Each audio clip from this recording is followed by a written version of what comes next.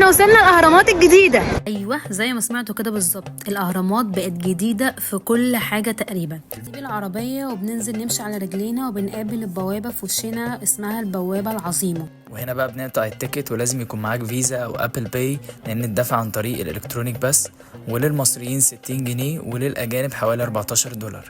التيكت بندخل بيها من بوابات إلكترونية، وفي بوابة للمصريين وبوابات للأجانب. والأول بيبقى فيها مجسمات صغيرة عن كل حتة في الأهرامات. أول لما بنخرج من البوابة اللي فيها المجسمات بنلاقي الباصات مستنيانا. ويا جماعة الباصات بتبقى هناك فور فري، ما بتدفعوش أي حاجة، وتقريبا بتبقى موجودة طول الوقت على الجيت بتاعتها. أول حاجة وصلنا لها كانت البانوراما، والبانوراما دي بنقدر نشوف من خلالها التسع أهرامات اللي موجودين في منطقة الأهرامات. وفي حتة بيبقى الجمال قاعدة فيها، ممكن تاخدوا معاهم صور. الفيو كان حلو قوي هنا، ونقدر نتصور صور كتير قوي. بقى في احجار كمان نقدر نقف عليها ونتصور الهرم، يبقى الباك جراوند بتاعتنا. بيبقى بجد الفيو خطير. الهرم يا جماعة بيبقى الدفع الكتروني، للمصريين 30 جنيه وللطلاب المصريين او العرب 10، وللاجانب 280 جنيه. هتتعبوا من المشي يا جماعة، في منطقة كاملة مخصصة للكافيهات والبازارات، هتستمتعوا بيها جدا جدا جدا.